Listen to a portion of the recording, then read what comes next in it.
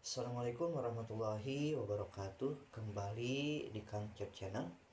Ketika kita melihat handphone, dulu tahun 90-an handphone itu belum ada, ya. Adanya telepon. Nah, dan handphone itu mengalami perkembangan yang sangat signifikan. Mulai dari dulu ada handphone itu yang kecil gitu ya. Kalau orang-orang bilang di Indonesia mah handphone cinit-nyit karena bunyinya cinit-nyit begitu. Sekarang sudah iPhone. Nah, itu adalah teknologi yang semakin maju. Itu pertama, handphone. Dulu orang ibadah haji harus berbulan-bulan karena perjalanannya jauh ya. Harus naik kendaraan ya, kapal laut begitu. Nah, lantas dengan perkembangan teknologi lahirlah pesawat. Maka dengan adanya pesawat kita tidak memerlukan waktu yang lama untuk beribadah haji. Begitu. Itu contoh yang kedua. Contoh yang ketiga, ketika kita ingin informasi atau berita luar negeri, artis misalnya Amerika atau petinju yang dari luar negeri, Mike Tyson misalnya, maka saat itu perlu media elektronik ya, atau media cetak. Kita lihat televisi, oh lagi apa nih Mike Tyson, pertandingannya di mana begitu. Namun saat ini informasi di luar negeri bisa kita akses hanya pada iPhone kita. Nah, tiga hal tadi, handphone, terus pesawat, terus informasi itu berkembang semakin maju. Nah, apakah yang bisa memajukan perkembangan itu ya, atau teknologi itu? Jawabannya karena manusia memiliki akal. Lantas apa sih akal itu? Akal itu adalah daya pikir gitu ya. Akal itu adalah daya pikir untuk memahami sesuatu ya. Ingatan itu akal juga begitu ya. Daya upaya, ikhtiar yang bisa memudahkan manusia untuk beraktivitas begitu ya. Itu memakai akal. Nah, lantas akal ini perlu juga kita ilmui sampai mana begitu ya. Nah, akal ini bisa kita ilmui ya dengan tentunya perlu analisis begitu ya. Maka apa sih akal ini? Sejauh mana bisa membuat kita berkembang, bisa membuat kita beriman atau kafir? Mari kita bahas. Akal. Akal adalah salah satu potensi yang Allah berikan bagi orang yang beriman, ya, bagi orang yang tidak beriman juga, ya. Allah karuniakan akal. Nah, manusia oleh Allah diciptakan tidak serta-merta memiliki tugas, ya, memiliki tugas untuk beribadah. Terus yang kedua untuk memakmurkan bumi ini, mengurus bumi ini. Nah, dari makhluk-makhluk Allah yang Allah ciptakan, yang membedakan kita sebagai manusia dengan makhluk yang lainnya, bahkan mereka sekalipun, kita oleh Allah diberikan akal. Akal adalah daya pikir.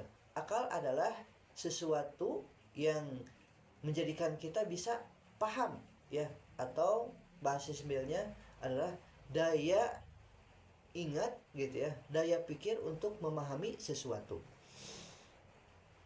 Benar salah, baik buruk, hitam putih, nah itu memakai akal ya.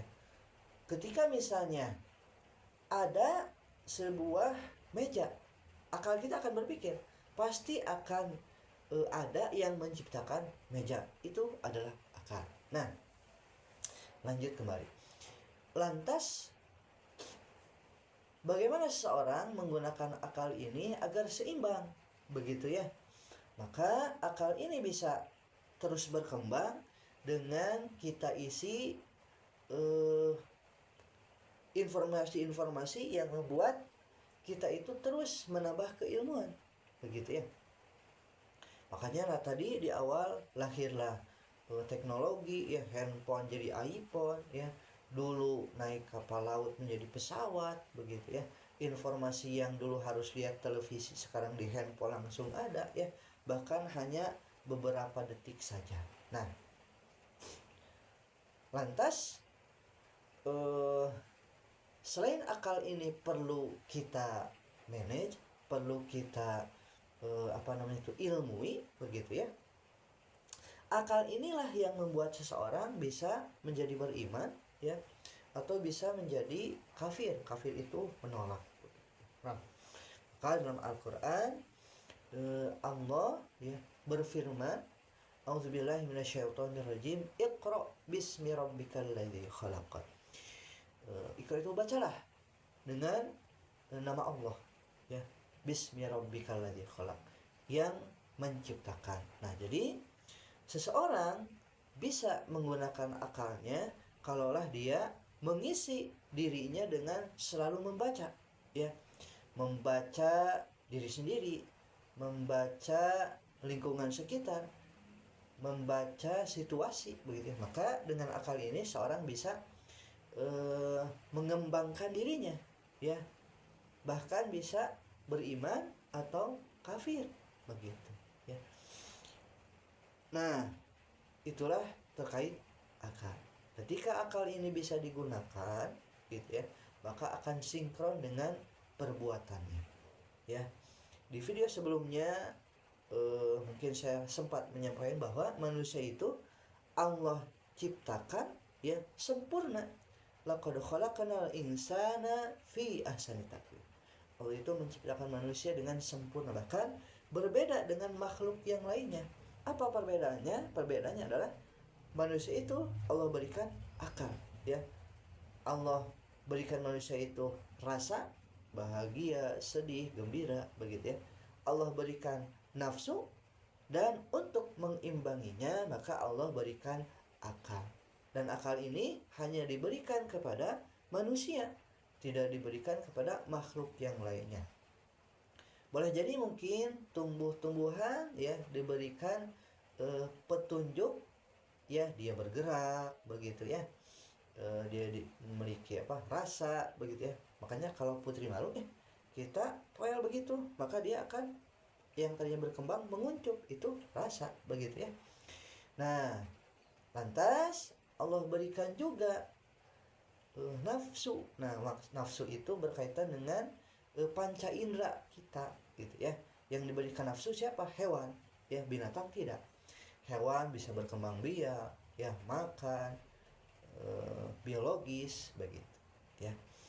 Nah, mudah-mudahan bermanfaat ya. Kalaulah tayangan ini dirasa manfaat, silahkan bisa like, subscribe, komen, dan share.